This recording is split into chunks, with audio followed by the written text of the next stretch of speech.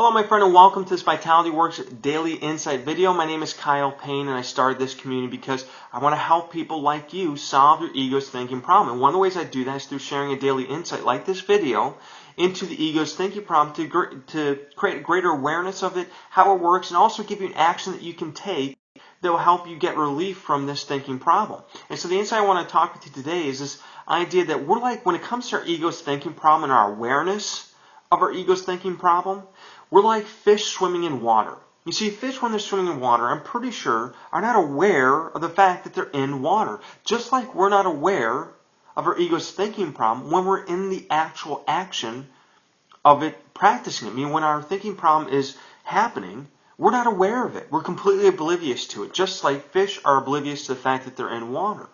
And so, one of the things I want to share with you is a way in which you can actually become aware of your ego's thinking problem, because that's the first step to being able to solve this. We can't fix something we don't know is broken, right? And one of the ways that we can do this is by accepting an axiom to live by. An axiom to live by is anything that we accept to be true without having to analyze or get validation on it. So for example, an axiom in math is 2 plus 2 equals 4. So if someone says 2 plus 2 equals 4, you don't sit there and say, well, give me validation that 2 plus 2 equals 4. We just accept it as being true. Okay, so that's what an axiom is. So the axiom I want to propose to you is that when there's fear, our ego's thinking follows. And when we're not really in danger, meaning our life is not threatened, our ego's thinking is a problem. Now this goes into further detail in the ego's thinking problem video that you probably watched at some point early on and before coming onto my list, email list. And so it goes in much more detail on why that's the case. But for the moment, we can just accept that as a truth, that fear will automatically trigger ego's thinking because it wants to make sure we survive, which makes sense. That's why I believe it's a default reaction to all fear. But when it's not a real life threatening situation, the act of surviving is not really needed and it brings about some negative consequences.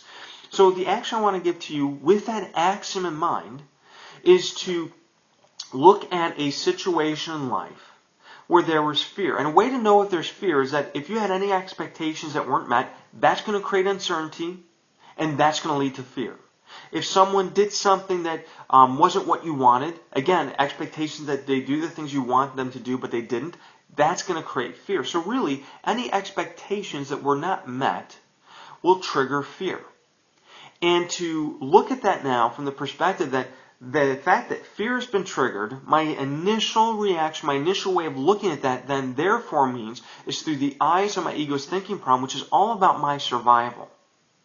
And so if we want to solve this, to shift the viewpoint of all about my survival to how can I be of help to this person. Even if it just means that I'm mentally available to help them and be someone that if they needed help, I would cheerfully grant them that help and be patient and have tolerance and pity for anything they might be going through. So I encourage you to take that action and look at a time where you had expectations weren't met and identify and see the fact that the triggering event really was the fact fear happened as a result that led to your ego's thinking problem, that led to you seeing them in the light that you see them. And now you can step back and say, you know what, maybe I should just have compassion for them and leave it at that. So that being said, I encourage you to share your comments, your feedback, any insight you might have in the comment section on this blog. And for those of you that are part of my Klaatu blogging team, I encourage you to use this content, use this experience, and share this in your own blog to carry this message to someone else as a daily insight for them as well, too. And if you're saying to yourself, what in the world is this Klaatu blogging system Kyle talks about and keeps talking about in these videos? I encourage you to go back and go through my Vitality Works Bootcamp series, because the end result of this, I will share with you how this ties into as part of the solution and give you the ability to watch the marketing video on this system so you can understand the full understand what this system entails. And then I'll also share with you ultimately how you can use the system as a secret, to be the secret ingredient to carrying this message to other people, so these principles, these practices that we preach in this community can go to work for you.